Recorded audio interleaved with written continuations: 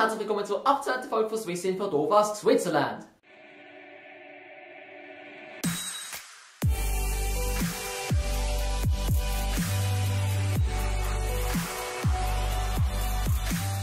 Wir haben uns schon lange nicht gesehen und das liegt daran, dass ich ein paar Prüfungen hatte und mich auf die natürlich vorbereiten musste. Aber hätte ich mich wirklich auf die Prüfungen vorbereiten? Ich meine, man kann es sich auch einfach machen. Das haben 12 Basler WMS-Schüler demonstriert. Es ist ihnen nämlich gelungen, Lehrerserver zu hacken und dort Prüfungen mit Lösungsweg abzuladen. Das war ja total nützlich gewesen, eine super Note, du musst nicht groß lernen, da träumt ja jeder Schüler davon. Besonders viel weiter scheinen sie aber nicht gedacht zu haben. So haben sie zum Beispiel alle 12 zwischen R5,5 und R6 unter der gleichen Lösungsweg. Und da müsste der Lehrer schon saublöd sein, wenn er nicht bemerkt, dass ein Schüler, der immer 2,5 bis 3,5 schreibt, bei der Abschlussprüfung plötzlich eine 6 hat. Und dass die Hälfte der Klasse den gleichen Lösungsweg hat, das könnte ja jedem passieren. Die 12 gescheiten Kinder dürfen jetzt das Jahr wiederholen und das nächste Jahr nochmal probieren. Gratulation an dieser Stelle, ihr habt euch gerade einfach ein Jahr vom Leben verschwendet, weil ihr zu faul sind zu lernen. Aber schlussendlich ist es nicht so schlimm. Egal wie oft du umfällst, du musst einmal mehr aufstehen.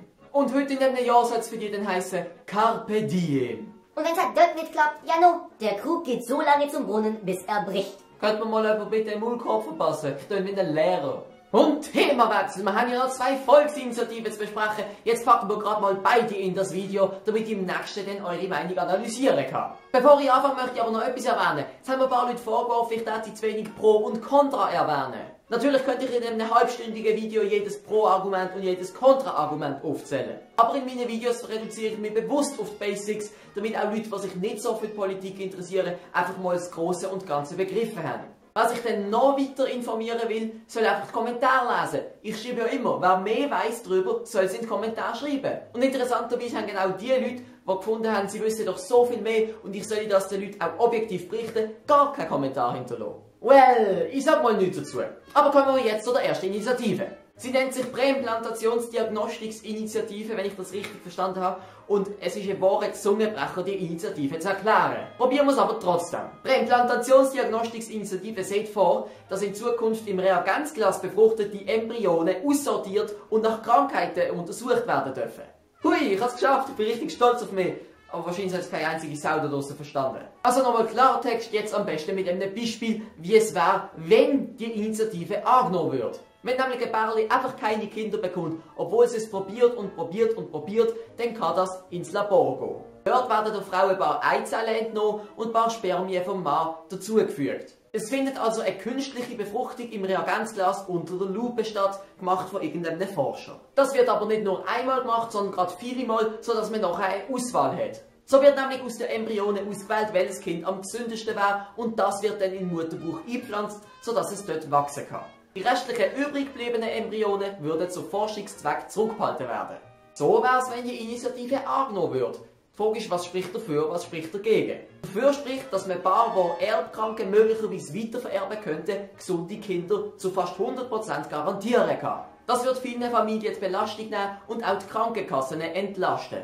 Dagegen spricht, dass man menschliches Leben gezeugt hat und es nachher sozusagen wegwirft. Vor allem für konservativ und religiös denkende Leute ist es schwierig, sich vorzustellen, dass gewisse Kinder weggeworfen werden, weil sie krank sind. Denn man muss bedenken, das Leben ist ab dann entstanden, wo die Eizelle aufs Spermium trifft und befruchtet wird. Allerdings ist es umstritten, ob man das in diesem Stadium wirklich schon als Leben zählen kann. Natürlich ist es ein Leben, aber ob es ein bewusstes Leben ist, da scheiden sich die Geister.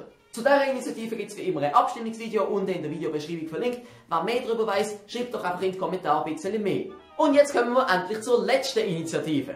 Die nennt sich Revision zum Radio- und Fernsehgesetz.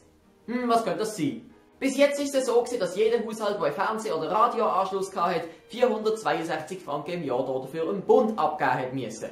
Die Initiative will das jetzt ändern und schlägt vor, dass jeder Haushalt, egal ob mit oder ohne Radio- und Fernsehanschluss, ab jetzt nur noch 400, also 62 Franken weniger pro Jahr zahlen muss.